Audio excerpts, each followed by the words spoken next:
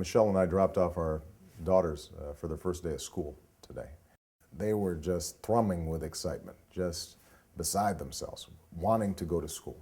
And the reason is because they've got a school with well-trained, well-paid, enthusiastic teachers with wonderful facilities. They've got a couple of parents who, from an early age, taught them that learning was fun. As much as I love my children and know that they are the best children on earth, I also understand that that joy in learning that I see in them should be true for every child.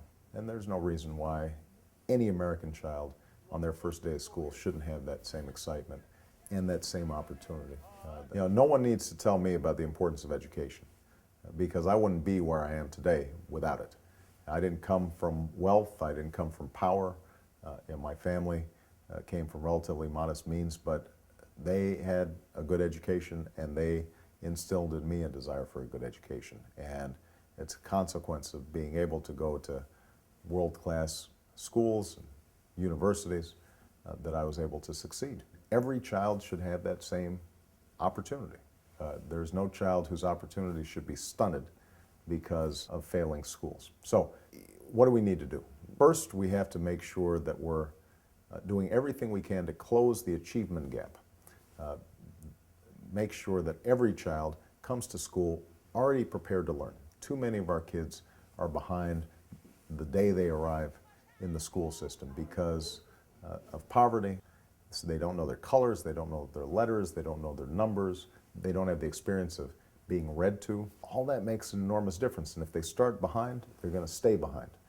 It's going to be very hard for them to catch up. So we have to have a universal program of early childhood education, not just pre-K, but also starting with parents who are at risk so that when that child is born, we're working with the parents to give them the tools that they need to prepare their children.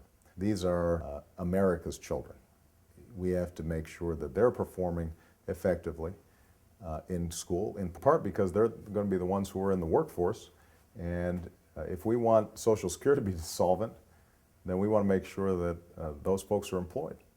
The second thing that's going to be, I think, an absolute priority is making sure that we're recruiting an army, a new generation of teachers to go into classrooms, particularly classrooms where children are currently underperforming in inner cities and in rural areas. And that's going to require that we pay teachers more.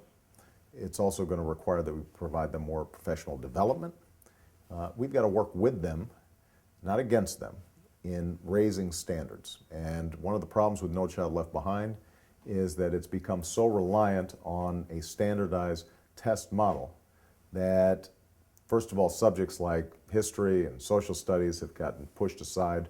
Arts and music time is no longer there, which means the child's not having the well-rounded educational experience that I benefited from and most in my generation benefited from.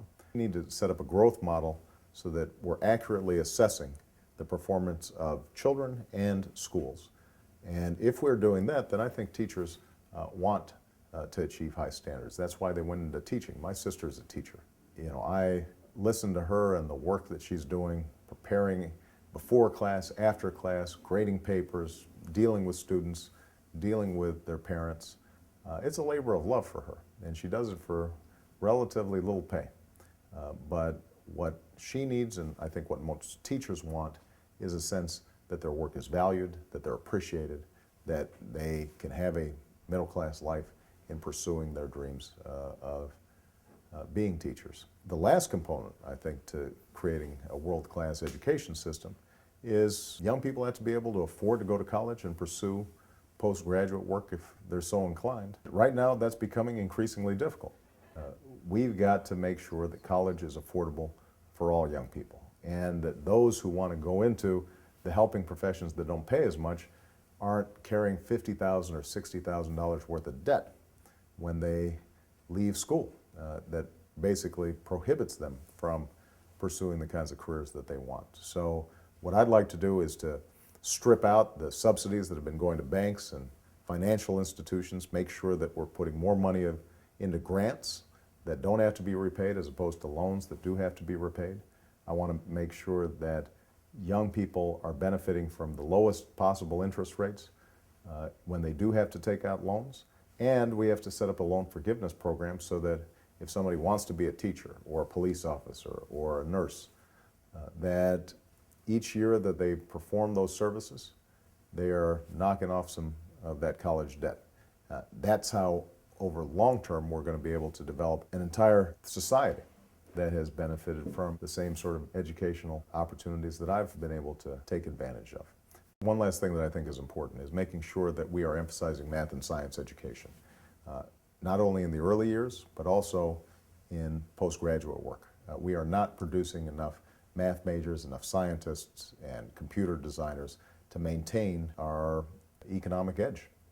If we do all these things, I have no doubt that not only will the country as a whole benefit, but we will be true to what has always been the essential ideal and ethic of American life, which is upward mobility and opportunity, that every single child can achieve their goals. Nobody wants a society that guarantees results for every child. I think we understand that some people are going to work harder, some people are going to be extraordinarily gifted, but we want to make sure that every child has a chance to excel and find those areas of their lives that will allow them to make the most contribution to society. We're failing to do that now. I was in South Carolina in what's called the Corridor of Shame. This is an area that has the highest dropout rate in the country.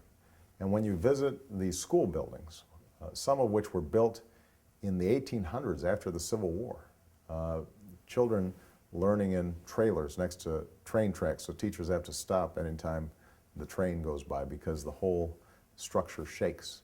You know, teachers underpaid, so that if they're willing to drive 25 miles away, they're going to be paid a lot more than staying in this corridor. It's no wonder that children aren't succeeding, because we're not sending a message to them that education is valued. We're not making the investment that would be required to really make a difference. And as President of the United States, I want to work with every state and every local community to ensure that there are no corridors of shame anywhere in this country.